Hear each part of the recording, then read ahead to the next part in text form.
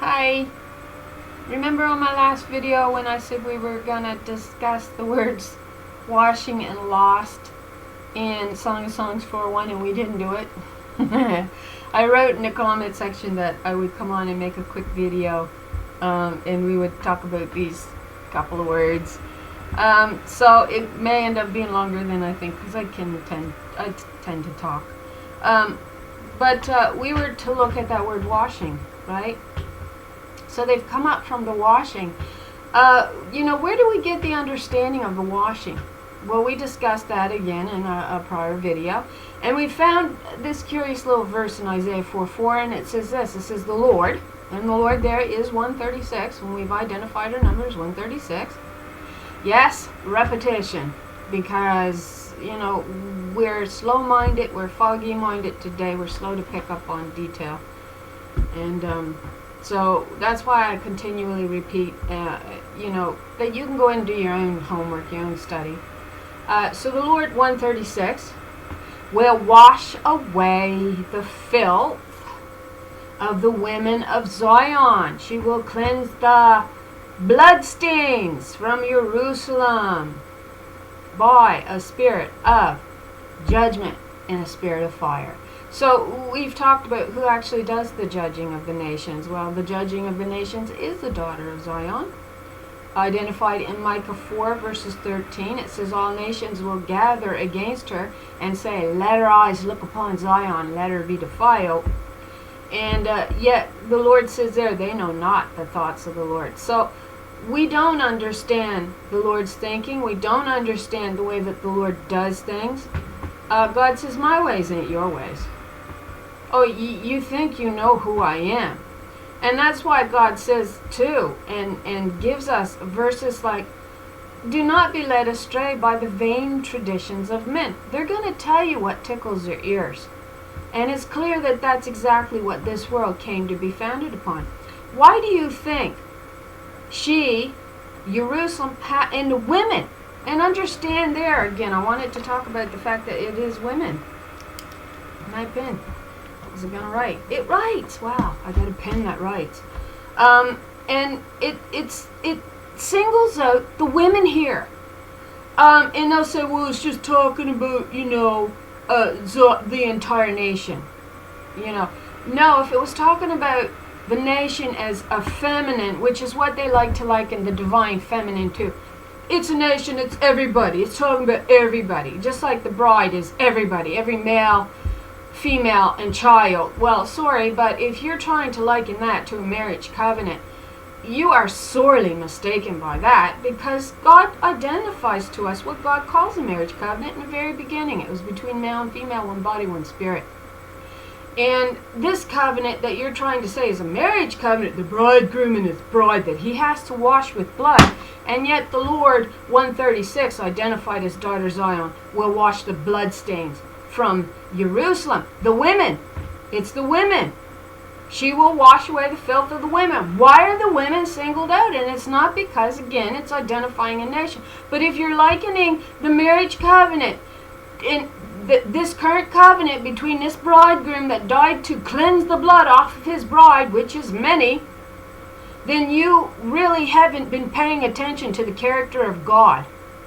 And you certainly ain't paying attention to what this covenant is actually telling you if you're saying it's every man, woman, and child that is saved and washed by the blood of a man, and you're calling it a marriage covenant. Well, number one, you're preaching homosexuality. Number two, you're preaching polygamy. And number three, you're preaching pedophilia.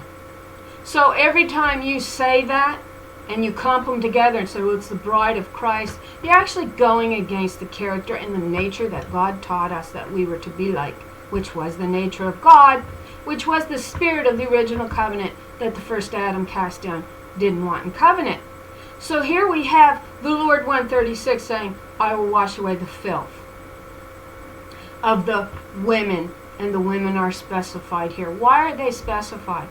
Because they are her personal inheritance, in whom her spirit came upon. And she calls them her pleasant land. And we know that the controversy of Zion, which links us and tells us that that is actually what the day of the Lord is about, the controversy of Zion, the dividing of the pleasant land, woman. into 2 covenants. One that was a harlot that would teach man-made religious lies, which exalts a he as God, debases the divine feminine, such as calling every male, female, and child the bride if they're washed in his blood. God says, I require no blood sacrifice of you, and you're certainly not washed in blood. You are found guilty in blood. And then we see that likened to the Red Sea that Moses had to part. It's an admixture of doctrine. They mixed the blood and the water together, but he had to part it with the presence of the Lord there that explained and showed all how to do that. And that presence of the Lord was, of course, the daughter Zion herself, who the men of Israel rejected. And when Balaam told Balak to go get us women from the surrounding nations and send them in, it's allegorical to the serpents that were coming in and biting the men and poisoning them with another doctrine. Of course, their doctrine got fed to them by the Adams out in the surrounding Adamic nations who hearkened to Lucifer that snuck in and said, hey, don't you want this? And he began to exalt the harlot spirit, but yet Mother blames him, says, no, you gave your hand in marriage to the spirit of this covenant. And then you began to accuse my daughter and say it was her fault, her fault, her fault. She didn't turn on this covenant. She says, you did. You turned on this covenant. I'm just waiting for my daughters to wake up and to realize that they are cut of me, from me. And she says that to him in Isaiah 51. So she's going to wash away the filth of the women of bloodstains. The bloodstains off them. What bloodstains? Well, we just talked about it. By a spirit of judgment and a spirit of fire. The fire is the law, and that law is going to wash us clean. That law is also allegorical to the water. That you find the true living bride. She's one, she's not many. In Song of Songs 4:12, it says the bride is a fountain, a garden seal. So she has the water that's going to wash the blood stains. That's the spirit that's of fire, the law of heaven. And we know that those laws were not Old Testament laws, as they like to claim. And we've discussed that many times. So, there's the washing. They're washed by the law of heaven. And Mother says, I purchased you a long time ago with the truth. You've always been my inheritance.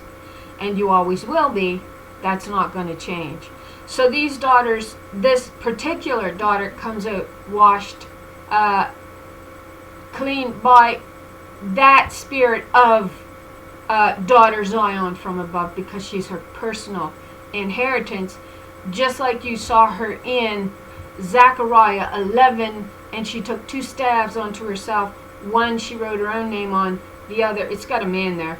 They're always going to put a male. And the other one, she wrote her inheritance name, and it says the poor of the flock knew what this all meant. And that would be her inheritance of the daughters of Zion. They recognized what was going down. And but here you see the women brought out because they have a particular role to play. It does not say women and men, referring to the nation. It is absolutely referring to the filth of the daughters of Zion who come to believe a man-made religious lie that blood will wash you clean. Blood never washes you clean. It's the water that does. And that's why it says a spirit of judgment. The judgment does come from the daughters of Zion themselves. We're told that in Micah 4:13. Rise and thresh, O daughter of Zion. And a spirit of fire. And the fire is the truth that comes from her mouth. And you also see her in the Apocrypha, particularly in 2nd Ezra chapter 13. They got a man rising from the ocean. This Lord also says in Psalm 68, she says, I will bring them back from the bottom of the water. And she is talking about the stone. She is talking about her daughter of Zion, and then her inheritance of the daughters of Zion. So, we had looked at that washing. So Song of Songs 4:1, how beautiful you are, my darling. How very beautiful. Your eyes are like doves. We discussed that. Behind your veil, your hair is like a flock of goats streaming down Mount Gilead. Your teeth are like a flock of newly shorn sheep, she-goats. We discussed that. coming up from the washing. We've just discussed that. Each has its twin, and not one of them is lost. What's that word lost there? Well, lost means bereaved or robbed of her offspring. So who did we discover in Romans 11 that was? Because you have to run out a series of words, of course, because you know they like to make things very difficult when we're studying. And study has the idea that it's you're studying. You're not going in and letting somebody else do it for you. You let the Spirit do it for you. So what does it say in Romans 11? It says, what then? Has Israel not obtained that which she seeketh for? It's got he. She's represented as a heifer in the Abraham covenant. And she is that red heifer that was burned to ashes. And then the spirit of the covenant is reborn out of the dust of the ashes. Oh, and also the sleep. That was the other part of this that I wanted to talk about. I had said it absolutely links us to that Lord that sleeps, and when she awakens from the admixture of doctrine, and like a warrior, she's angered by the image that she sees. And of course that image we find in Daniel 2. It's the image of a king as your God, as your ruler. And then we see that false image cut out without hands, representing your spirit, your capstone that you see in Zechariah 3, that smashes that false image, which is also in the Septuagint regarded as the inheritance, the stone of inheritance. That's how the Septuagint has it written in Zechariah 3. And I do have a copy of the Septuagint, so I did consult it. But here when it says each one has borne a twin, right? You have that, you get this actually in Daniel 12, where this Holy One is speaking to the one on the other side of the water. The firmament is almost your idea there. So that the idea is that we have a spirit in the heavens that is speaking to us directly. It appears as if it is us in some way. It's us ourselves. But it says each one of them has borne a twin, and not one of them is lost. And here we have Israel in Romans 11 saying, what then? Israel had not obtained that which she seeketh for her children. You run out obtaineth, and it's going to take you to her children. But the election hath obtained it, and the rest were blinded. So it appears that this divine selection is divinely appointed to see the truth as her inheritance that she purchased long ago. And so you see her in Romans 11, and you also see this 144,000, that we see this double camp called the Mahanaim, that the Shulamite is shepherding. It's his flock of she-goats, it's the lilies of the covenant. And you see them standing with no guile in their mouth in Romans 14. They're also the marked group in Revelation 7. Now some wants to put them as two separate groups. No, this is the new Israel being marked out, and it is an appointment. They're appointed. They're divinely appointed and hand-selected, though it does appear that they are cut from the original foundation. And here they are standing, and it says they have their father's name. No, they have their mother's name written in their forehead. They're cut from their mother. And you will never get an XY. I'm sorry, boys. You will not get an XY. You will not get an XX from an XY. Sorry, the genetic code just is not there. And if this tabernacle below does reflect the one above, and we're looking at and we're bearing witness to a male tabernacle and a female, and the female tabernacle is an XX and the male is an XY, and then you're saying he created her, it's not making sense in the heavens. I'm sorry, he's just not carrying the genetic information that is required. And remember, it states it reflects the one above. So who is your divine creator? You will not be able to create an XX from an XY. You just can't do it. Right? We do get the example, and I forget what it's called when you get studying. There's some species of lizards and other species of animals and they will procreate by themselves. The female will procreate by herself. And there is actually some suggestion that out of 3 eggs, or 3 seeds of the woman, eggs, which I liken almost to planets as well, you will get a child out of that. I read that somewhere. And but the thing with this is they will only always produce a female. They won't produce a male out of that. Now, some says in the beginning that in order for that XX to have made an XY, she would have had to remove a part of herself in order to make that happen. So we're just talking some things that I've heard off and on.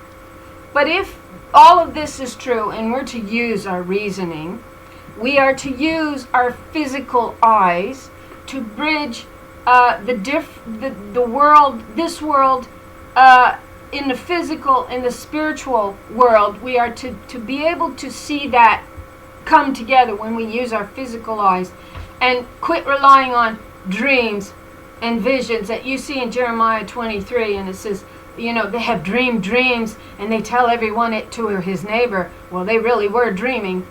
And then it says in Isaiah 29 that Ariel will awaken as if from a dream. Because this is your dreamers dreaming their dreams and saying that they're God and they made everything. And that's what we were driving at here with the mother. They're holding the name of mother in their forehead, which I happen to link to the word emet. And so in original Hebrew, in Hebrew, your word for mother is em. And your word for truth, of course, is emet. So truth is very important. She tells us we were purchased by the truth.